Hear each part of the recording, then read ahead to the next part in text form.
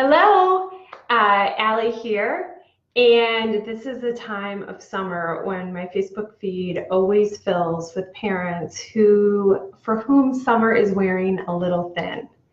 They love their kids like mad, but they're starting to just be ready for them to go back to school. Or maybe you're one of the parents whose kids started this week and you're doing the happy dance because you're happy to get back to the routine.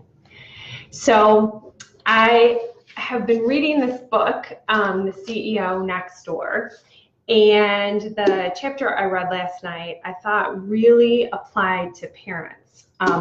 So often, if you've been following me for a while, you know almost half of my business is business related. It's working, I'm doing private workshops with companies, and the other half is parent related.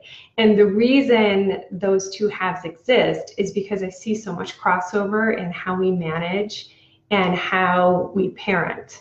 So I was reading this book, The CEO Next Door, last night. You can see I love it because it's got a million little tabs. And I read this study by Suchita Nadkarni from Cambridge University. And what she found, she was surveying Indian CEOs, and she was looking at two things. She was looking at the performance of the company and the CEO's niceness as measured by the 5-factor model, the personality characteristic of agreeableness. So what she found in her study is that there was a bell curve, and there was sort of a Goldilocks range where of niceness that correlated with high performance. So above this level of niceness, the CEO was actually too nice and it hurt performance. And similarly, even though the hard-nosed, there's an image of CEOs as being really hard-nosed and hard-driving and that leading to high performance, it isn't actually true. Below a certain level of niceness, the companies also saw poor performance. And it's like that with families too. And I thought this tied really well to what's currently recognized as the 3 parenting styles. This is the permissive parent who wants their children to, make their own rules.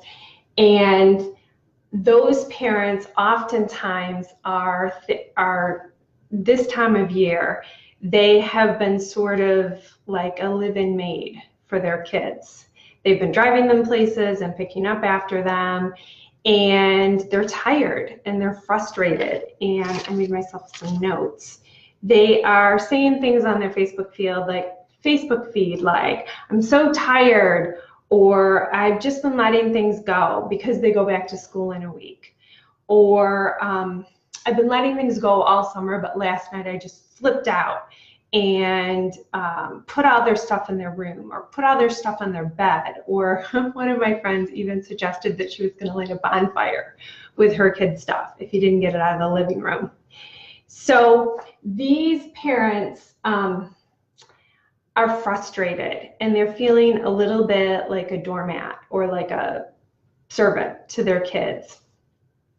And the reason that they're feeling that way is because they're thinking thoughts, they're prioritizing being nice over the performance of the household, right? Things running the way that they want the household to run.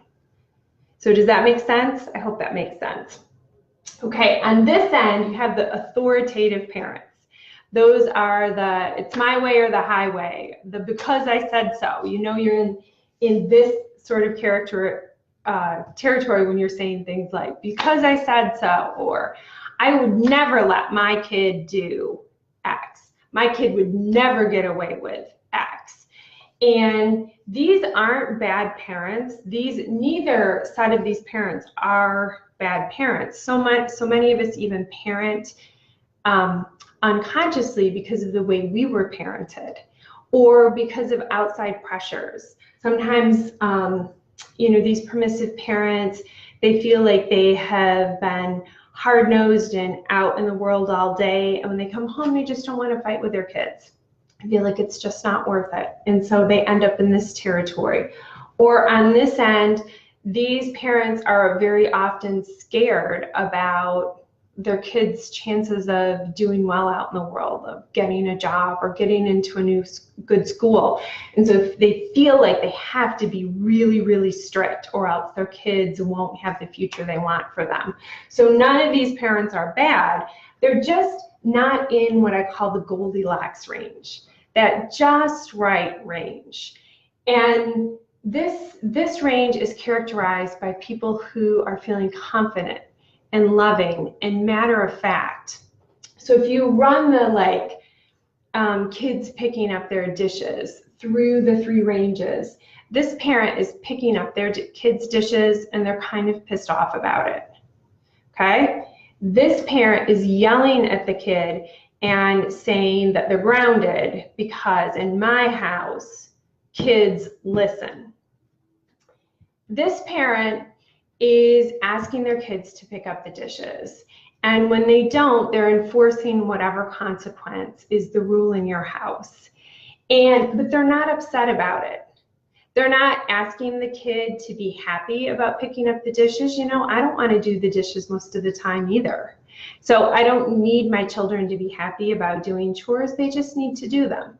And when they don't do them, there's a consequence, and when I enforce that consequence, I'm not upset about it. I'm still feeling loving, but this is just how our house runs. So as you're going through the tail end of the summer, think about where you're falling, because most people even fall up and down the scales. They're in all the ranges depending on the day or even the time of day.